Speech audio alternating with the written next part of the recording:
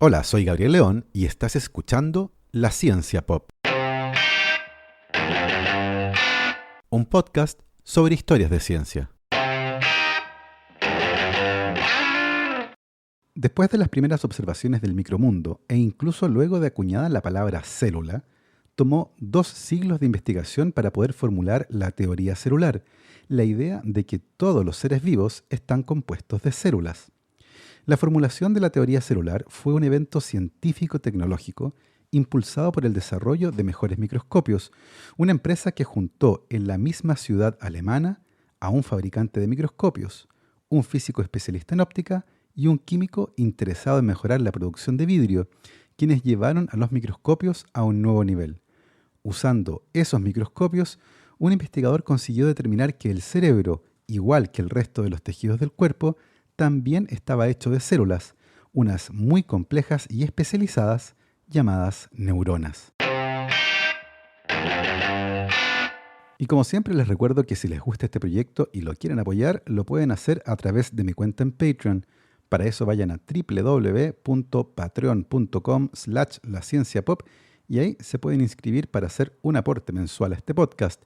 Agradezco como siempre los aportes de Sebastián Toledo, Alberto Montt y Laura, Claudia D'Alenson, Diego Molina, Macarena Vergara, Pedro Maldonado, Hernán y Lucas Castillo, Chuchurex, Sandra Galás, Ana Lucía Luna, Cristian Subiabre, Romina Mationi, Simón Castillo Riedemann, Diego Socias, Luciano Cisterna, Ricardo Yáñez, Fernando Montenegro, Matías van der Straten, Sergio Soto, la familia Flores Noguer, Santiago y Leonor Echeverría, Sergio Espinosa y Rafaela Hidalgo.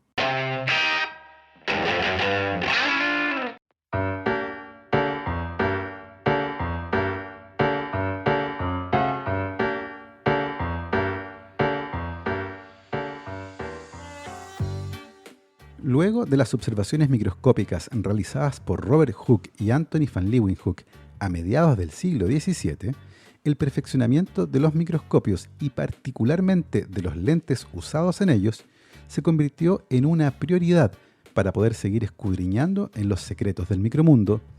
Desafortunadamente, todavía no era común que los artesanos y maestros que fabricaban lentes tuvieran una formación científica adecuada, una que les permitiera comprender de manera cabal los fundamentos de la óptica que gobernaba el funcionamiento de los lentes. De esta forma, usualmente, la calidad de los microscopios dependía de lentes que eran fabricados de acuerdo con la antigua y azarosa regla del ensayo-error. Por otro lado, la calidad del vidrio usado para fabricar los lentes también dejaba mucho que desear. Las impurezas presentes usualmente oscurecían el vidrio y casi no había investigación con respecto a cómo mejorar las propiedades del vidrio para obtener lentes de mejor calidad. Y por supuesto, la óptica de los lentes no había podido resolver otro problema que tenía su origen en la naturaleza de la luz, la aberración cromática. La aberración cromática es un problema óptico común que ocurre porque un lente no puede enfocar en el mismo plano todas las longitudes de onda de la luz. Vamos por partes. La luz blanca se puede descomponer en diferentes colores, como ocurre por ejemplo cuando se forma un arco iris en el cielo. Esos diferentes colores corresponden a luz de diferentes longitudes de onda. La luz azul, por ejemplo, es de menor longitud de onda que la luz roja. El problema de esto es que la refracción de la luz al pasar por un lente, es decir, cuánto se desvía la luz en su trayecto al pasar del aire al vidrio y luego de nuevo al aire, depende de la longitud de onda de la luz. Eso quiere decir que si la luz blanca pasa por un lente, el componente de luz azul y el de luz roja se refractarán de manera sutilmente distinta, tomarán caminos levemente diferentes y por lo tanto no será posible enfocarlas simultáneamente en el mismo punto. Como consecuencia de esto, las lentes no logran generar imágenes nítidas, particularmente cuando se trabaja en grandes magnificaciones. La aberración cromática era un problema gigantesco en óptica y el mismísimo Isaac Newton había predicho a inicios del siglo XVIII que se trataba de un problema que no se podía resolver de manera práctica. La discusión teórica con respecto a si era posible o no resolver este problema tuvo un final aparentemente exitoso, cuando entre 1729 y 1733, el abogado inglés y aficionado a la óptica Chester Moore Hall descubrió que la aberración cromática se podía atenuar de manera muy eficiente si en vez de uno se usaban dos lentes puestos uno detrás de otro. El primero es un lente convexo, hecho de un tipo de cristal llamado de corona, y el segundo es un lente cóncavo, hecho de un tipo de cristal llamado de pedernal. Chester Moore Hall había ideado esta solución solo en teoría, pero como no sabía fabricar lentes, los tuvo que mandar a hacer para poder realizar un experimento. Como quería mantener en secreto la forma en que había logrado resolver el problema de la aberración cromática, se le ocurrió una idea brillante. Contrató a dos fabricantes de lentes distintos para que cada uno fabricara solo uno de los dos lentes de su solución y así no sospecharan nada. Sin embargo, el bueno de Chester no contaba con que ambos fabricantes estaban saturados en trabajo y decidieron subcontratar al mismo artesano, llamado George Bass. Bass fabricó los dos lentes sabiendo que el cliente final era la misma persona y no se tardó mucho en armar el rompecabezas. Inmediatamente se dio cuenta que la lente resultante era acromática, enfocaba en el mismo plano todas las longitudes de onda de la luz visible. Hacia fines de la década de 1750, George Bass le comentó sobre este lente a un experto en óptica llamado John Dollond, quien perfeccionó el lente acromático y lo patentó a su nombre.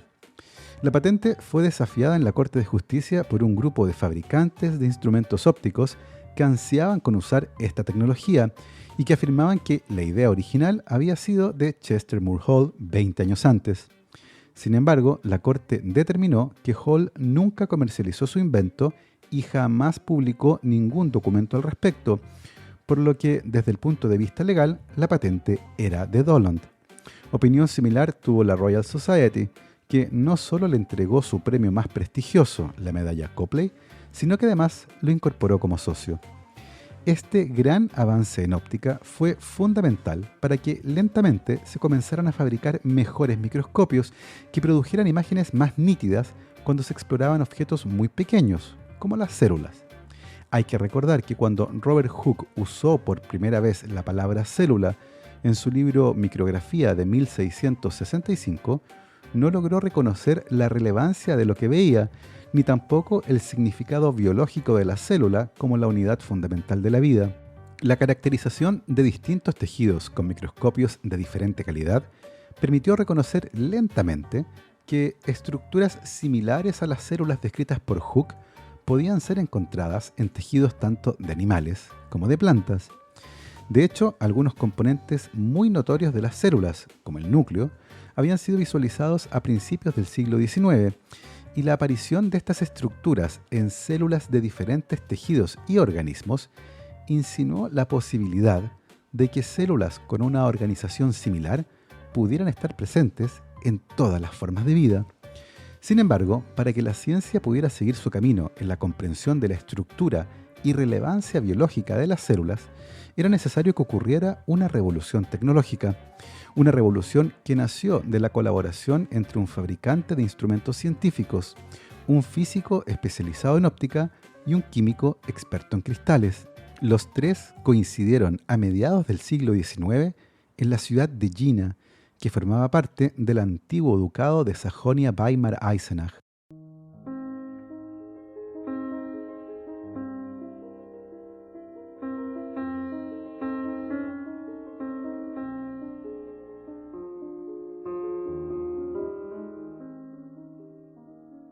El ducado de Sajonia-Weimar-Eisenach fue una zona de la actual Alemania que a fines del siglo XVIII y principios del siglo XIX se convirtió en una suerte de polo cultural en Europa y se caracterizó por el alto nivel intelectual de su corte. Karl Friedrich, príncipe heredero del ducado de Sajonia-Weimar-Eisenach, se vinculó con personalidades como Johann Wolfgang von Goethe y Franz Liszt. El joven príncipe estaba interesado en varios artes, incluyendo el tallado en madera, y para perfeccionarse se puso en contacto con un maestro tornero que había llegado a la ciudad de Weimar, la capital del ducado, desde la vecina ciudad de Jena. El maestro tornero y el príncipe se hicieron muy amigos, tanto que cuando en 1816 nació el sexto hijo del maestro tornero, Carl Friedrich se convirtió en su padrino y en su honor el hijo del tornero fue bautizado como Carl. Carl, el hijo del tornero, gozó de los beneficios de la mejor educación que una persona que no pertenecía a la nobleza podía optar por aquella época. La aspiración de su padre, que se había convertido en un maestro tornero muy reconocido, era que sus 3 hijos hombres se convirtieran en académicos. Así de hecho lo hicieron los hermanos mayores de Carl, pero debido a un afortunado accidente, este último desechó la vida académica cuando, tras sufrir de una hernia inguinal, debió usar una faja especial de por vida.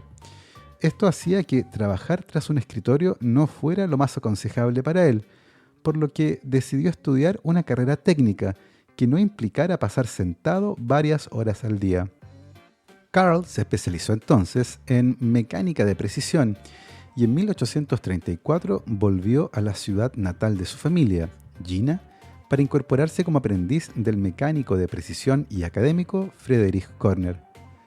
En 1838, 4 años después, Carl decidió dejar la Universidad de Jena para viajar y seguir perfeccionándose en varias ciudades, como Stuttgart, Viena y Berlín. Aprendió, entre otras cosas, a reparar y fabricar microscopios y siguió especializándose en maquinarias de precisión. En 1846, a los 30 años, Carl decidió volver a la ciudad de Jena para montar su propio taller de mecánica de precisión e instrumentos científicos. La Universidad de Jena tenía por esa época gran fama y entre sus académicos estaba el botánico Matthias Jakob Schleiden. Schleiden se había interesado por el desarrollo de las plantas y usando un microscopio había llegado a la conclusión de que todas las plantas estaban compuestas por células. Sin embargo, por esa época, los microscopios estaban imponiendo un límite en el avance de la ciencia y era necesario tener mejores equipos para poder seguir avanzando. Cuando Schleiden conoció a Carl, le recomendó que se centrara en la fabricación de microscopios. Carl, animado por Schleiden y teniendo una formación adecuada y experiencia en el área, decidió entonces que su taller de mecánica de precisión e instrumentos científicos se especializaría en la reparación y fabricación de microscopios. Y claro, el taller de Carl llevaría su nombre y apellido, Carl Zeiss. A la vuelta de esta pausa les contaré cómo Zeiss se asoció con 2 científicos, un físico y un químico, para poder llevar a los microscopios a un nuevo nivel. Si te interesa observar más allá de lo que ven nuestros ojos, si buscas descubrir más sobre plantas, animales, insectos, los microorganismos que nos rodean o simplemente tienes curiosidad científica, te invitamos a conocer Microx Chile, el distribuidor oficial y exclusivo de microscopios Zeiss en Chile, quienes tienen instrumentos para satisfacer las necesidades tanto de entusiastas y educadores hasta los más exigentes investigadores. Si quieres más información, visita la página www.microxchile.cl.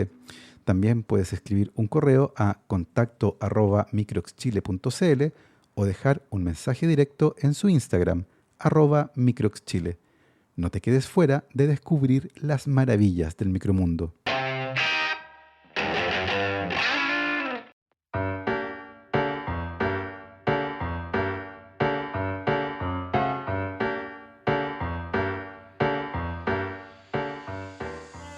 El médico alemán Theodor Schwann había decidido que no quería dedicarse a la práctica clínica.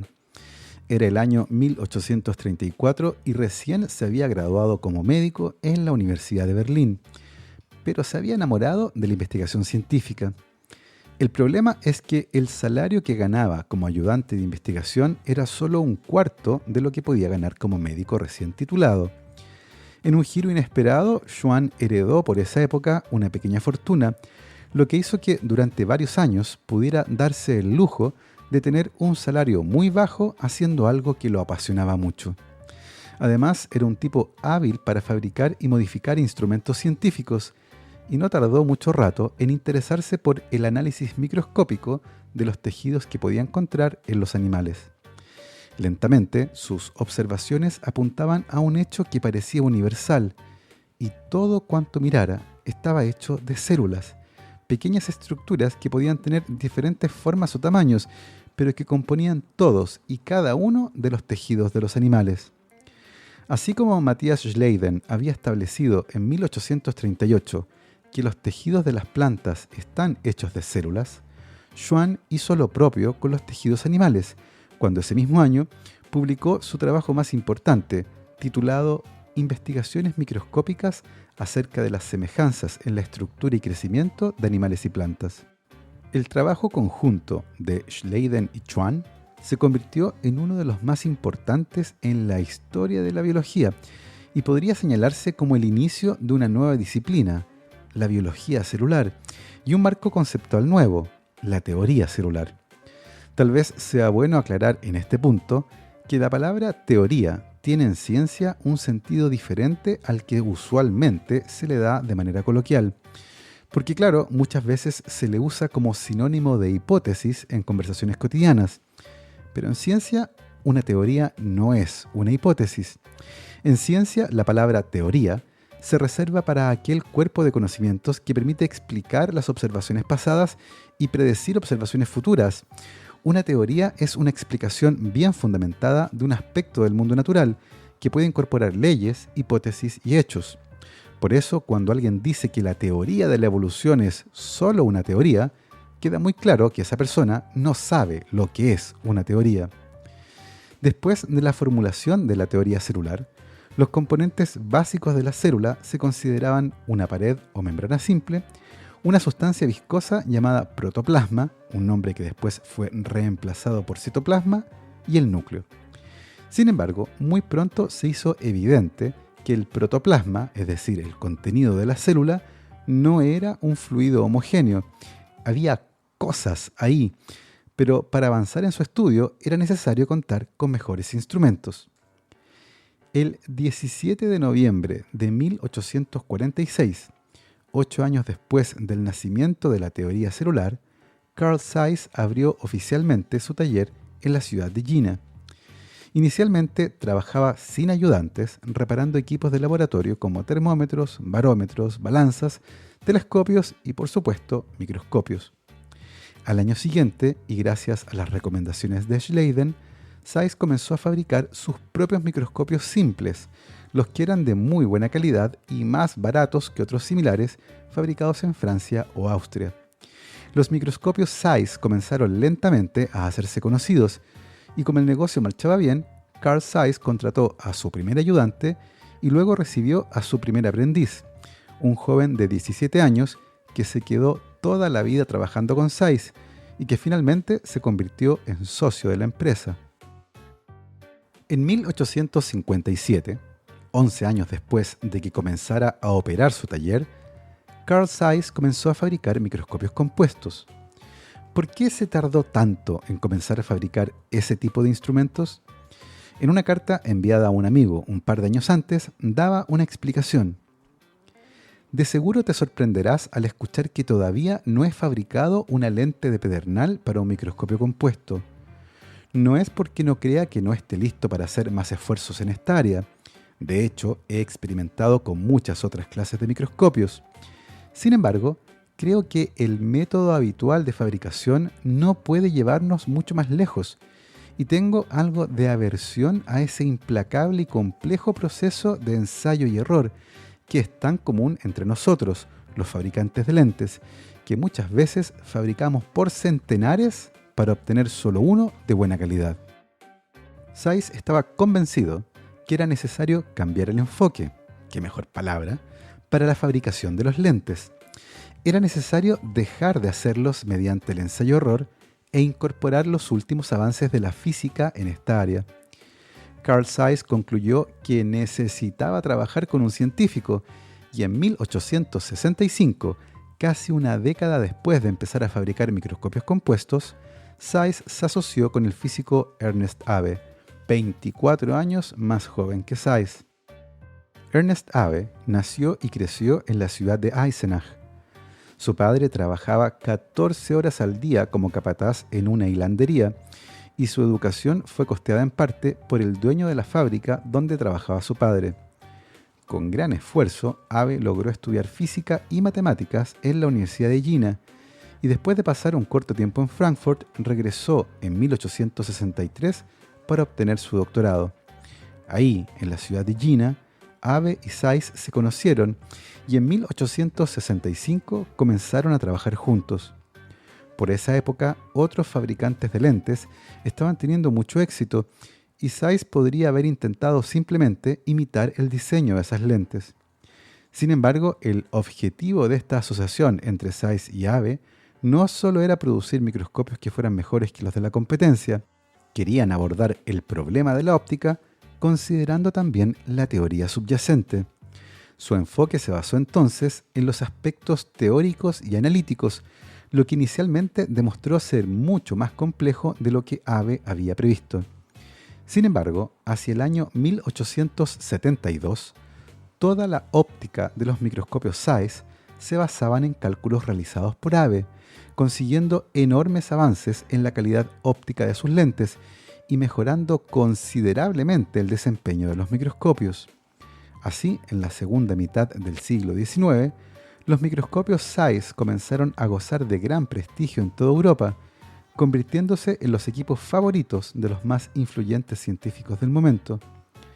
Abe también revisó el diseño del soporte del microscopio y otros aspectos de su construcción, no solo la parte óptica. En 1877 publicaron además el primer catálogo encuadernado, que fue reimpreso el año siguiente y que tenía ilustraciones, toda una innovación. Este catálogo reflejaba los considerables progresos realizados en el desarrollo del taller e incluía un total de 11 modelos de microscopio. Se añadieron instrumentos grandes y potentes, reflejando un crecimiento sustancial y marcando el camino.